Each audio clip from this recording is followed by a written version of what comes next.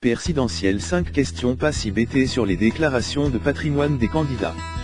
C'est un dossier d'une dizaine de pages que chaque prétendant l'Élysée a dû remplir la main. La Haute Autorité pour la transparence de la vie publique, HATVP, a publié, mercredi 22 mars, les déclarations de patrimoine des 11 candidats à la présidentielle sur son site. Franceinfo les a pluchées, une par une, et a mis le doigt sur 5 points, PAS-IBT, qui posent question.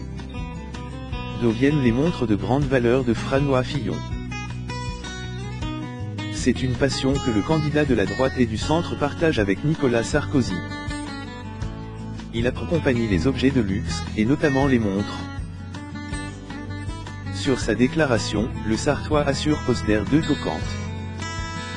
La première d'une valeur de 15 000 €, la seconde de 12 000 €, selon l'estimation personnelle du candidat.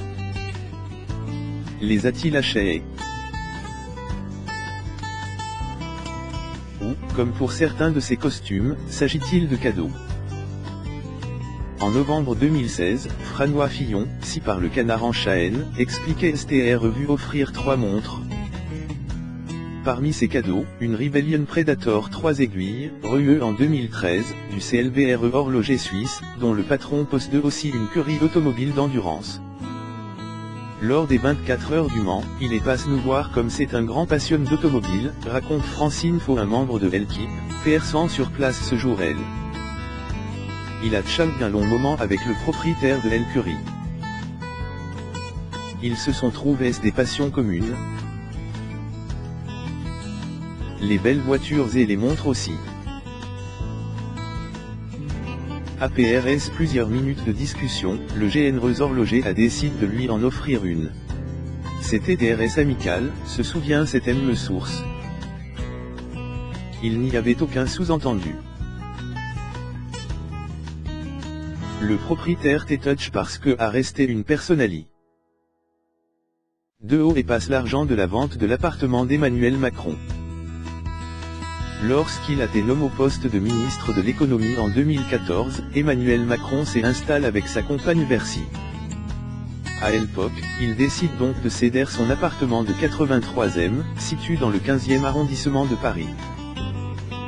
Selon le JDD, le candidat d'En Marche a touché 980 000 € dans cette vente. Reste savoir où passe cet argent. Car lorsque l'on calcule l'ensemble des montants qui figurent sur les différents comptes que possède Emmanuel Macron, le solde est de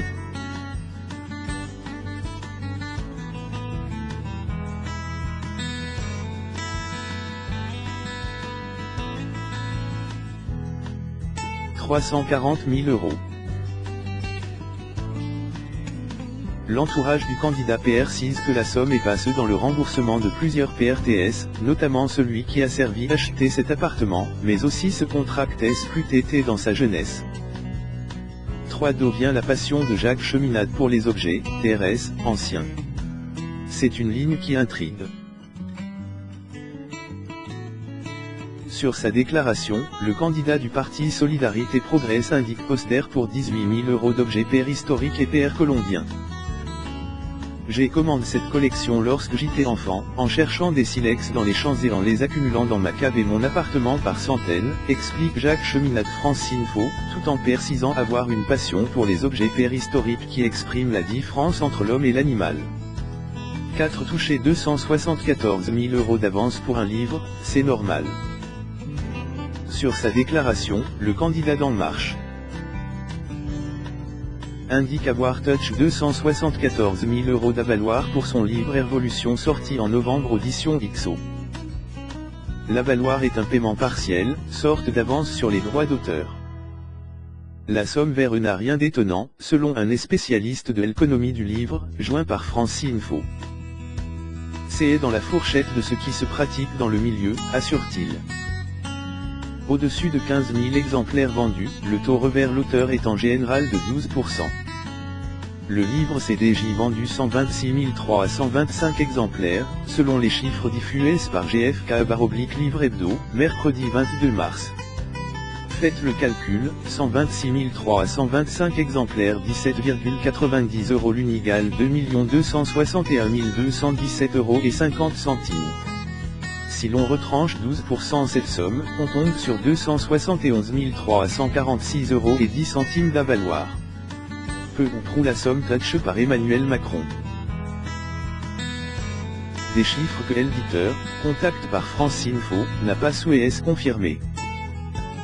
5. Pourquoi Philippe Poutou fait-il des infidèles Ford?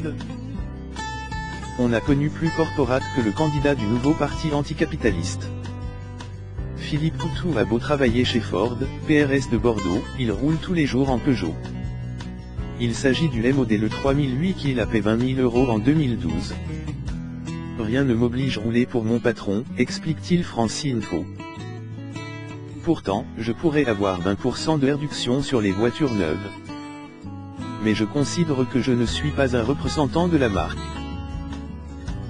D'ailleurs, il reconnaît n'avoir jamais eu de voiture Ford, c'est un principe. Je bouffe du Ford toute la journée. Du coup, vous comprendrez que je n'ai pas vraiment envie de retrouver ce logo sous mon nez quand je pars en week-end ou en vacances. C'est aussi un acte militant, une manière de dire que je suis contre la politique des patrons de Ford qui ne cessent de vouloir baisser le nombre d'emplois. Sauf que Peugeot aussi connaît des difficultés d'emploi. Oui, vous avez raison. Par solidarité, je ne devrais même pas rouler en Peugeot. Mais si je vais au bout de la démarche, je finirai pied.